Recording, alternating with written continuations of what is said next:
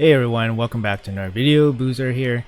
Today's video I want to go over a champion that I did a previous video on many months ago, but basically I want to go over a new way that I'm using him, and it's pretty important since he's a very good Hydra champion, and we have obviously an emphasis on Hydra battles and Hydra clash happening right now. So I feel like re-updating his build makes the most sense. So I'm just going to show you guys what I've done with him. So the champion I'm talking about is actually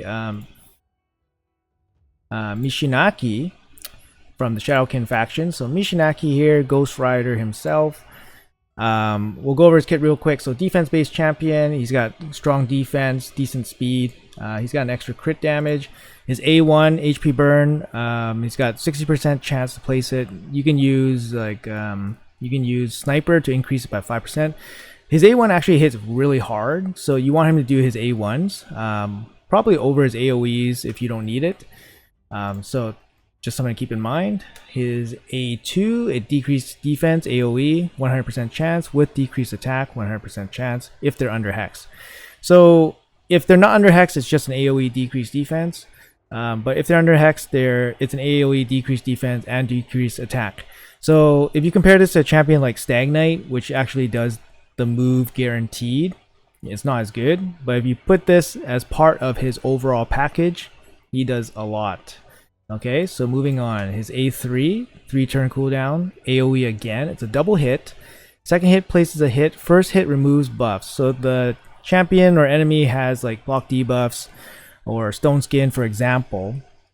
The first hit has a chance to remove those buffs, and it's like a full buff removal. It's not one buff removal, it's a full buff removal, and then you place hex.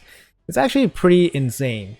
So it's a double hit, and it's a strip, and it's a hex.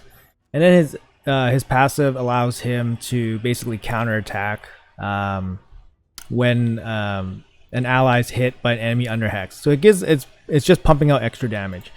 So, and aura defense all battles, which is awesome. His kit is excellent. For this video, I'm going to talk about him mainly for Hydra and how I'm using him right now. So previously I was using him more in a damage build. I know there's ways to build him in like Savage or Relentless for Hydra, but personally I haven't built, I just rebuilt him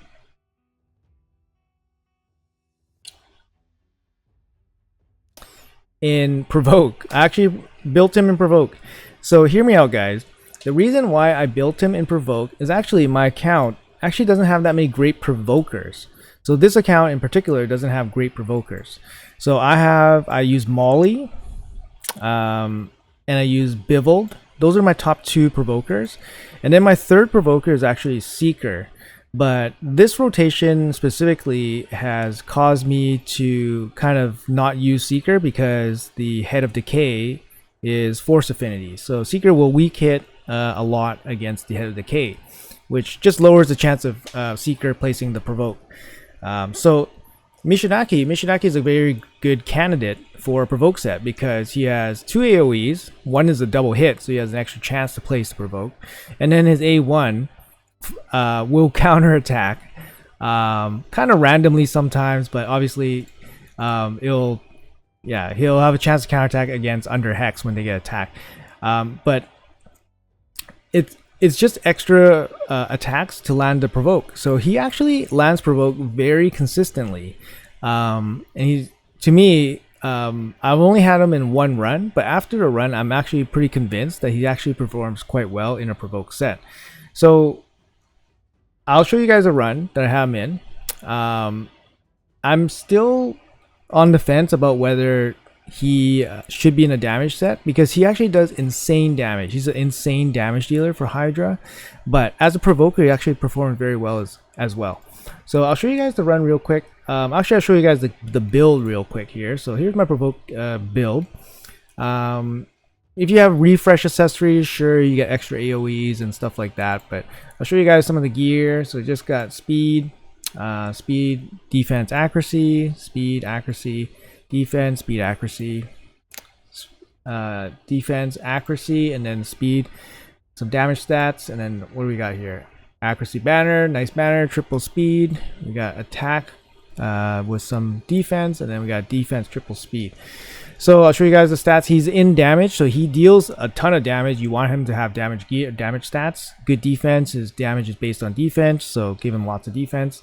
It's easy. His base defense is high, so give him lots of defense percentage. HP, he's not going to be like insane HP, but it should be relatively easy to build him towards 40k HP. No resistance needed, and give him enough accuracy for whatever difficulty you're using him in. The best thing about him is that he's good in all difficulties, whereas champions like, for example, Roll Guard will be better in higher difficulties. He's not so much as good in like hard or normal, but Michinaki is going to be good everywhere because HP burn is and Hex is actually good everywhere. So here's the build. I have War Master on him, and then like I mentioned, Sniper, Master Hexer to extend his Hex and HP burns, Cycle for extra moves, and then yeah. So yeah, these are build pretty standard. Life Drinker works well with War Master. So if you plan to use Life Drinker on any champions, make sure you have a team with Leech, or they have Giant Slayer or War Master as well. So here's the build. I'm going to show you guys a video and a run of him in the team. So I'll be right back.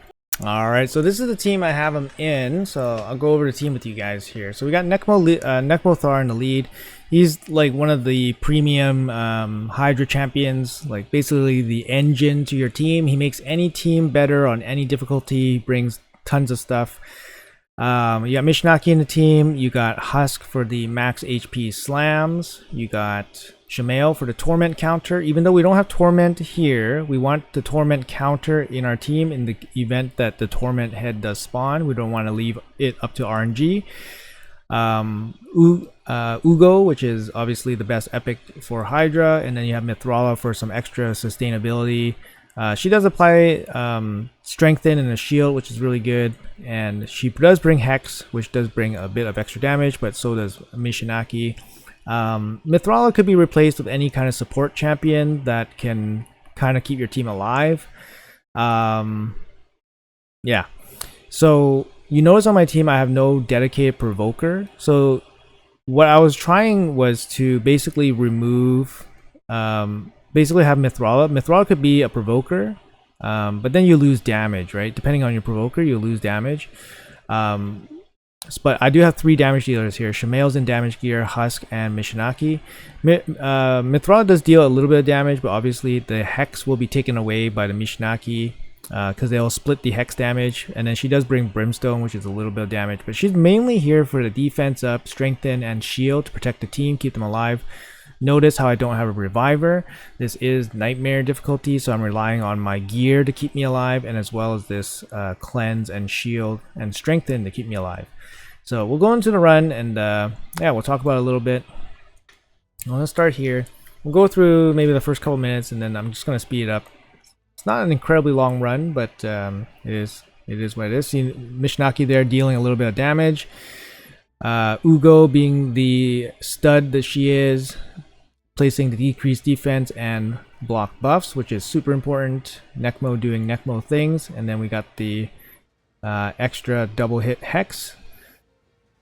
Okay, so moving on. So notice how it's already provoked. I have Nekmo in provoke set, I have Michinaki in provoke set, and I have Husk A1. Those are the only provoke abilities I have on this team.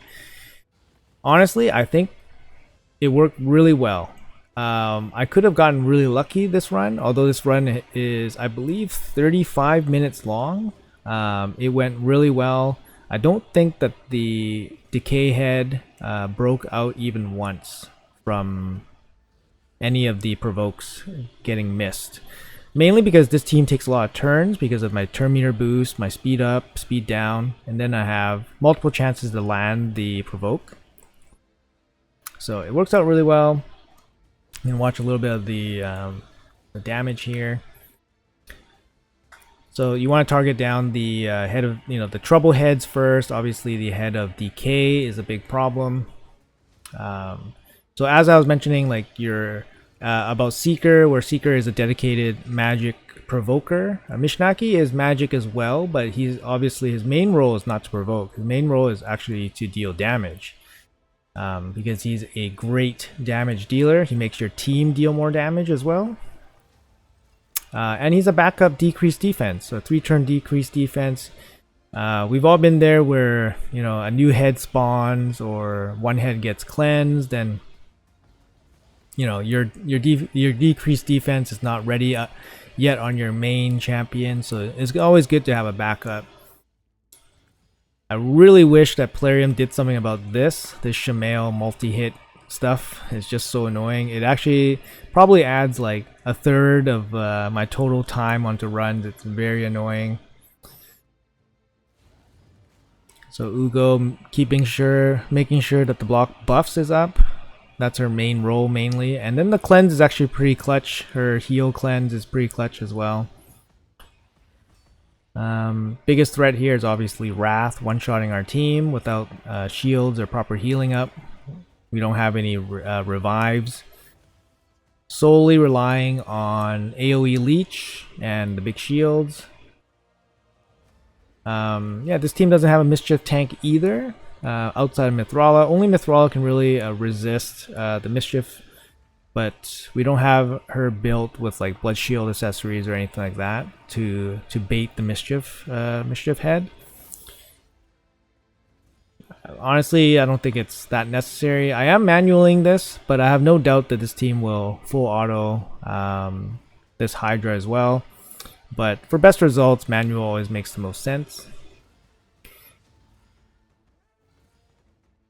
Okay, so yeah, you see my team is actually surviving pretty well. We took a slam from the Wrath. We're taking poison damage non-stop from the Head of Blight. So when you have the Head of Blight and the Head of Wrath together on the same rotation, you know that they're going to deal a ton of damage to you, and you need a way to heal or cleanse or just revive and survive. Both those heads deal a ton of damage. And then you pair that with Mischief, which is super annoying, and obviously the Decay head, which can really ruin your plans. Alright, so now we're in trouble of getting... Actually, no, we're not in trouble at all. We're in trouble of the Wrath, I guess, getting to 15 stacks and slamming us, which he's gonna do, I guess, right now. There it is. But we survive, so no big deal. So yeah, this heal reduction is actually really annoying, and it's cost me many champions before. Michinaki's A1 really slams, especially on these decapitated heads. Really slams. So I think I actually go out of my way actually to A1 some of the decapitated heads. So Michinaki's A2 hit this head for about 70,000, and I think no defense down was applied. But his A1 should hit for like at least 100k, just an A1. And it also applies HP burn, so really high damage champion. Alright, so cleanse coming in with the big shield, Mithrala being huge. Look at the Shamail, 165 on this decapitated head. Watch the A1. Oh, I need to land to provoke. That's why I went. That's why I tried to provoke this head. Oh, and they actually do break out this one time. Luckily, it's not a big deal. And you know what? It's kind of expected though. Even though like I thought like they never broke out. They do. It's actually like very unlikely that they would not break out. So it's very likely that they would break out because I only have 3 like kind of like second, third tier provokers trying to deal with this Head of Decay. But I just want to show you guys that it actually still works. So now we got the Head of Torment. Head of Torment's going to power our team, especially with Nekmo in the lead and Shamail behind.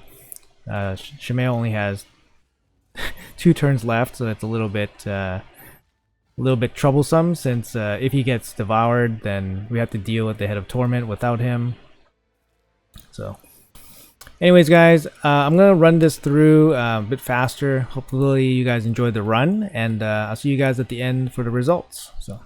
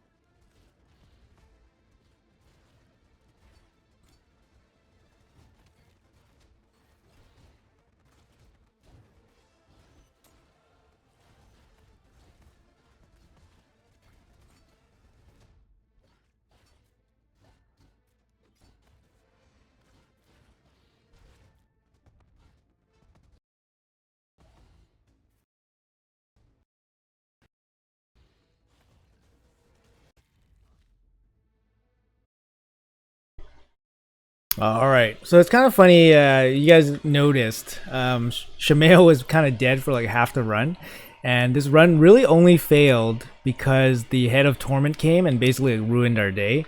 But our team still did very good, 61 million. You see Michinaki here keeping up with Husk for overall damage. He doesn't have Brimstone or anything, so if he had Brimstone, he would be doing a lot more. And yeah, he's in a Provoke set, right? So he's actually doing some support as well. So yeah, you see Mithrala here doing some decent damage. She's also stealing damage. They basically share damage from the Hex. So she shares damage with Michinaki as well. So if you remove Mithrala, more Michinaki will be doing more damage because he is the sole Hex debuffer. And obviously if he had Brimstone, it would add an extra like probably 5 million to his damage depending on how long the run goes. It's only a 26-minute run, so it's a relatively short run. 61 million here. I'll show you guys a screenshot of another run that I did with a slightly different Michinaki. 1 second. All right, so this is my other Michinaki build for my other account. Basically the same, but I'm using a similar type of team. This one has Brimstone as the blessing, and he's in Relentless. So he's in Relentless, and this team actually went buck wild. It's actually so 140 million. It's my personal best actually, and you know what? The damage all came from Michinaki. So he did a ton of damage as the sole Hex provider, and yeah, with Brimstone. And Nut is basically like similar to Husk in terms of overall damage, so we can kind of assume that if my Michinaki was here, he would probably be doing about like maybe like 50 million in this spot.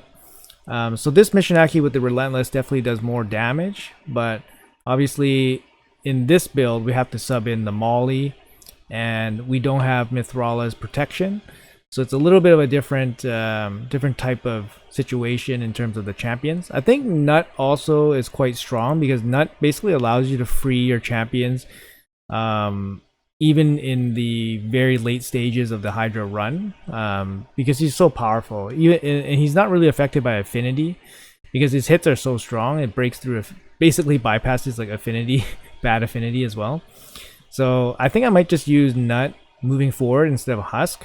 But I need a dedicated provoker, so like Molly makes sense. This team actually makes a lot of sense, so I'm very happy with this team. I'll probably use it in the future.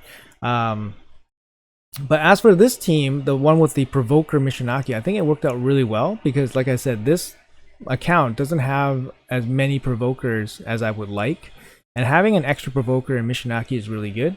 The other option is to gear a champion like, I'll show you guys. Gear champion like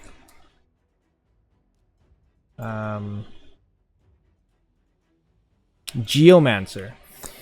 If you guys can gear Geomancer in Provoke, he's actually a really good provoker because his A1 is just an AoE, and he's gonna be AoEing a lot.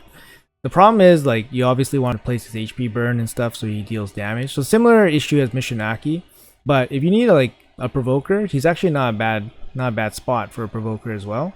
So similar idea as Michinaki. I'll go over the champions here for that team that had the Provoke Michinaki in. So here's my Michinaki and Provoke. So I'm probably gonna keep him in Provoke for a little while to test him out. I think it works really well. I was pretty impressed. He definitely kept some of those decay turns from going off, from cleansing. So I did use Shamail. Shamail's in Relentless. Reflex works well on him as well. This is my Husk, same thing, Relentless. Masteries, War Master. Husk is also in War Master. You see their basic stats, like DPS generally I go for about 220 speed, and then debuffers I go for at least 250 speed. So here's my Ugo, also in Relentless. It's not necessary to use Relentless, although I find the extra turns are useful, so I have her 260 speed. I do find that her healing is a bit low for herself, so I do have War Master so that she can kind of heal, kind of do some damage, but she actually doesn't do a lot of damage. So you guys can definitely go for like defense and support, and then maybe give her like regeneration, just a way to heal herself. Maybe Immortal gear works, but it also depends on your roster, how many healers you guys have, right, or how good your healers are in the end. Michinaki in Provoke, and then I have Nekmothar in Provoke as well. He's okay fast, some survivability, accuracy, and then the Provoke set. So hopefully this video was helpful for you guys. It's just showing Michinaki in a build that I haven't really seen anybody use him in. To be honest, I think it's very good. I'm going to use it myself for a little bit, and I'm probably not going to miss the damage too much, but we'll see. You know, it's always fun to deal big numbers, so maybe I switch him back. But Michinaki deals a ton of damage already, so like I said, I'm gonna keep him in that Provoke set for now, and we'll see how it goes. But anyways, thanks for watching, guys. I appreciate you guys. Let me know in the comments below what you guys think. Do you think that build makes sense? Do you think you just go all out damage, it makes more sense, or how do you guys use him? I think he's a premium damage dealer for Hydra, regardless of what build you guys put him in. So yeah, anyways, I'll see you guys in the next video.